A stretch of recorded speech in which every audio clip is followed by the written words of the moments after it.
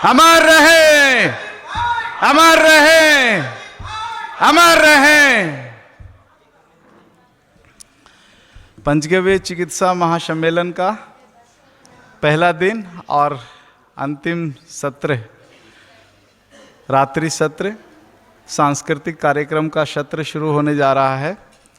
और जिन भाइयों के बारे में आपसे प्रातःकालीन मैंने चर्चा की और दोपहर में भी चर्चा की कि गुजरात की संस्कृति, उसकी जो विरासत, इन सभी को जिन छोटे छोटे कलाकारों ने, भाई बहनों ने बचा करके रखा है, आपके सम्मुख अभी हैं और थोड़ी देर में जो है अपनी कला का प्रदर्शन करेंगे।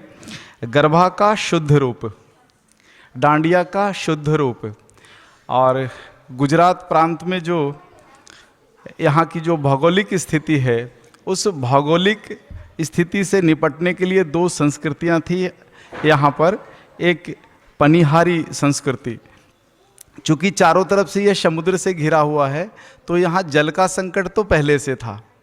तो जल के संकट की जो व्यवस्था समाज में कैसी थी, यहाँ की जो माताएं हैं वो किस तरह से जो है पीने का शुद्ध पानी कई कई किलोमीटर से दूर लाती थी अपने परिवार के लिए, और उसमें उनको कष्ट नहीं होता था क्योंकि वह एक संस्कृति का हिस्सा था। उसी को एक नृत्य कला के रूप में बांधते हुए आज के कलाकार प्रस्तुत करेंगे पनिहारी रास। और जिस गुजरात को हम सभी आज जानते हैं कि बड़ा शांति प्रिय है, लड़ाई झगड़ा नहीं करता है, उस गुजरात का जो इतिहास है वो ऐसा नहीं था, क्योंकि यह सीमा का प्रदेश रहा है और सीमा का प्रदेश कभी भी विदेशी आक्रमणों के वार को झेला है। तो वही झेल सकता है जिसके पास युद्ध कला है, जिसके पास धैर्य है, जिसके पास साहस है। इसलिए मैं बार बार कहता हूं कि भारत के ये जो चार प्रांत हैं, पंजाब से लेकर के गुजरात तक, ये चार प्रांतों ने विदेशियों के जो वार झेले हैं, उसी के कारण आज भारत जीवित है। सबसे ज्यादा विदेशी आक्रमणों का दंश झेलने वाला यही प्रदेश है। तो निश्चित रूप से जिन प्रदेश के वासियों ने विदेशी आक्रमणों को झेला है, उनके पास युद्ध कला की निपुणता होगी ही। तो यहां भी जो है गुजरात में युद्ध कला की बड़ी परिपक्व शैली थी, लेकिन धीरे धीरे ये शैलियां जो है वो मनोरंजन में बदलती गई और लोगों ने भुला दिया कि गुजरात कभी युद्ध कला का निपुण सिपाही हुआ करता था। इन सारी कलाओं को फिर से जीवित रखने का कार्य, फिर से बच्चों में ऐसी भावना भरने का कार्य जो है आज के कार्यक्रम के निदेशक हितेन ठाकर जी और उनकी धर्मपत्नी श्वेता ठाकर जी यहाँ पर उपस्थित हैं। मैं निवेदन करूँगा दोनों से कि दोनों खड़े हो जाएं और इनके सम्मान में जो है इनके तालियों से स्वागत इनके होने चाहिए।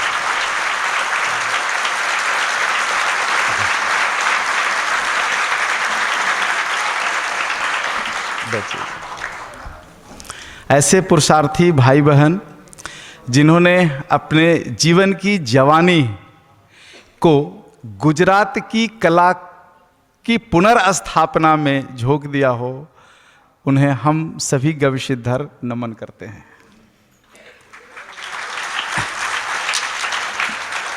इनके साथ जो है ये 4 कलाओं का जो प्रदर्शन ये करेंगे, टिप्पणी रास, तलवार रास, पनिहारी रास और डांडिया रास।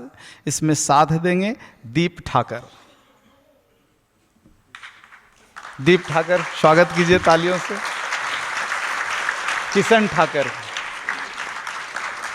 नम्रता ठाकर, निशांत वायड़ा, जल्पा कनझारिया और धारा कनझारिया।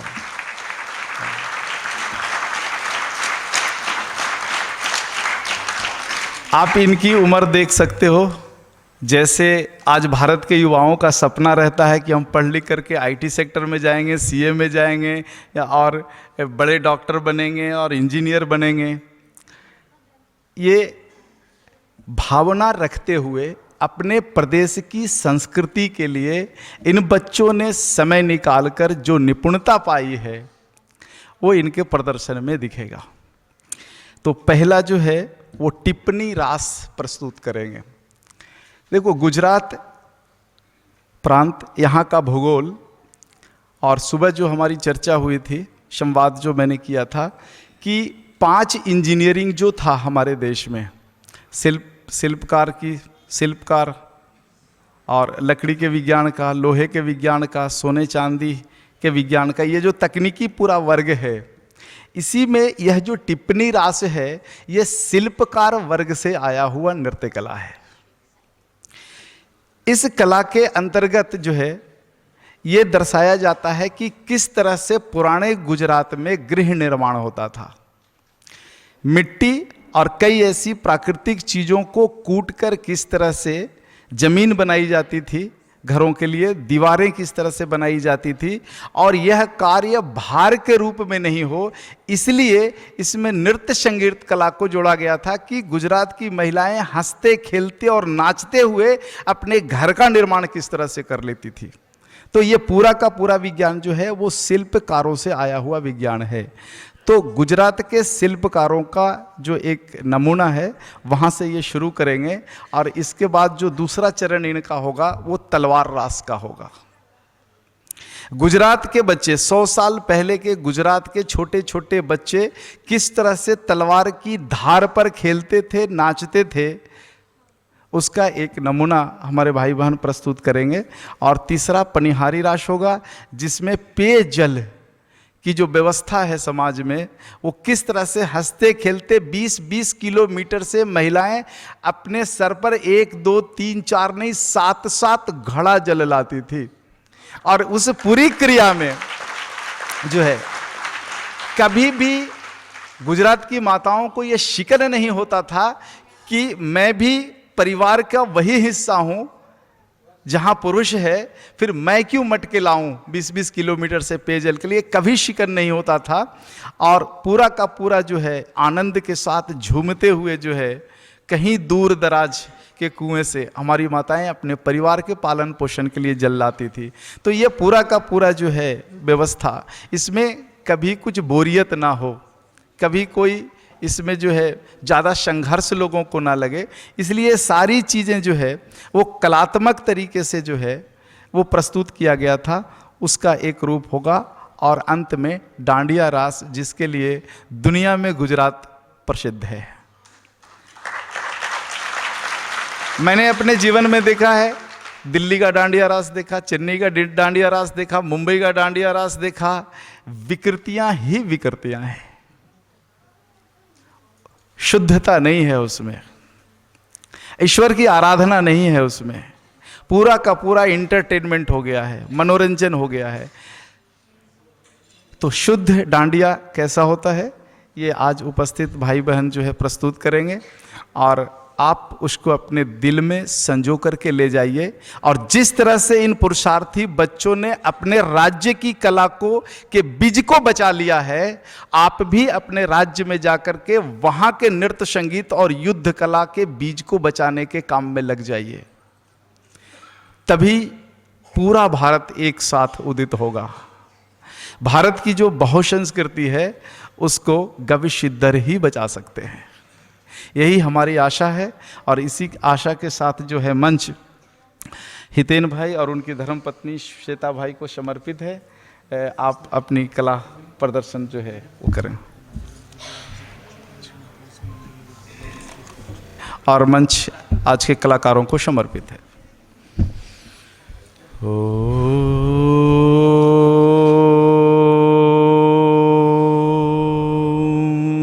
भूर्भुवः स्वः तत्सवितुर्वरेण्यं भर्गो देवस्य धीमहि धियो यो नः प्रचोदयात्। नमो गोभ्यः श्रीमतिभ्यः शौर्भेभ्यः एव च नमो ब्रह्मसुताभ्यश्चभ्यः पवित्राभ्यो नमो नमः।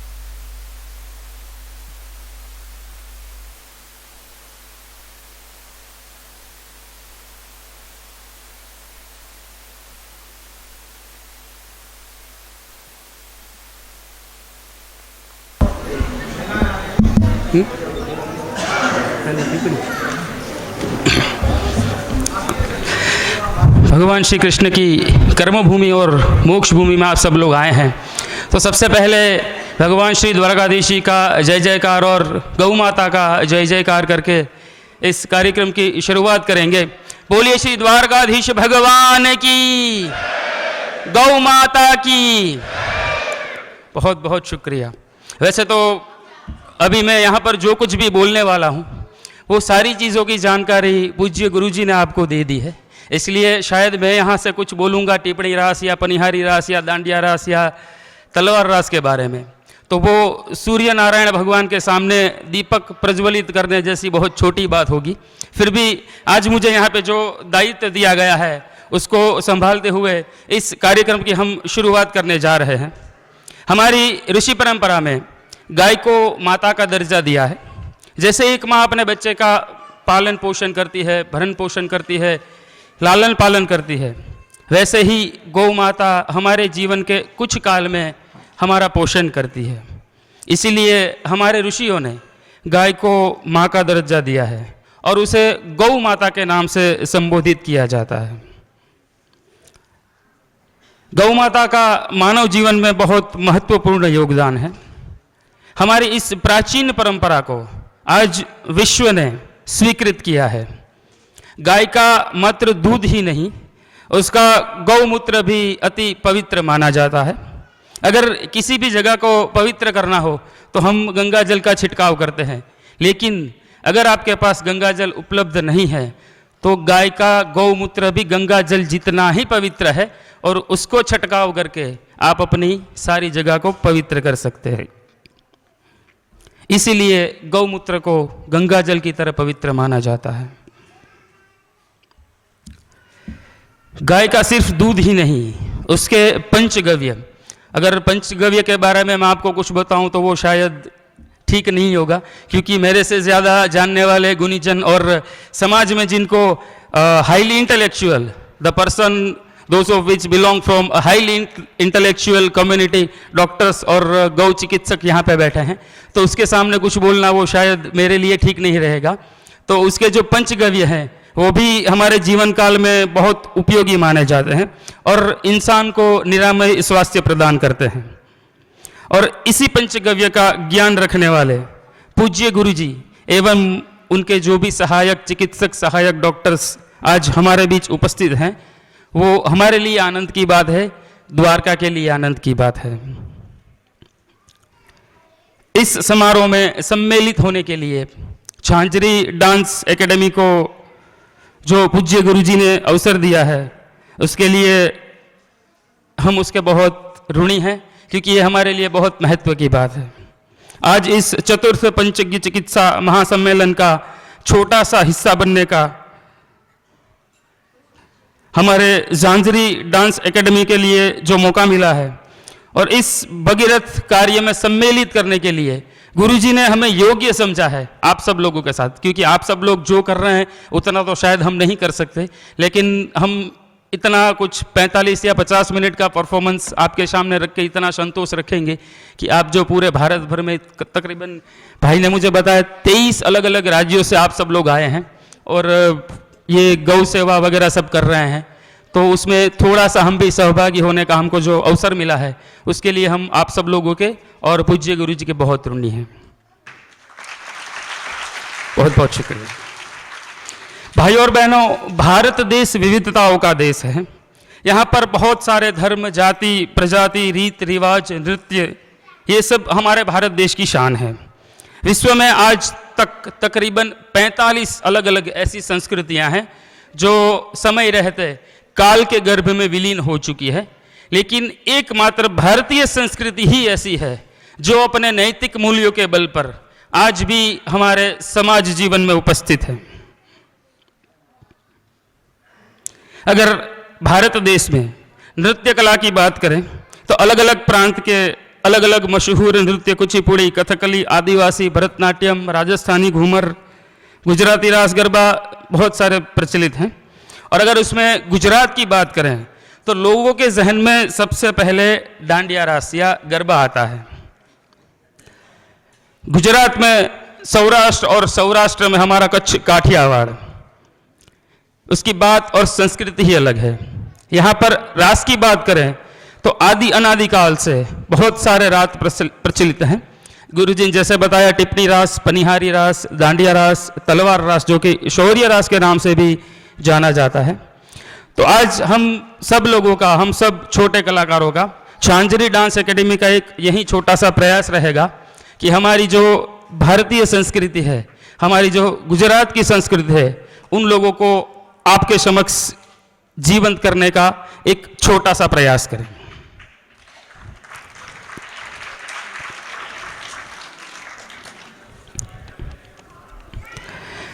जैसे मैंने पूर्वार्ध में कहा कि गुजरात की औरतें अपने दैनिक कार्य में भी नृत्य को साथ लेकर चलती हैं।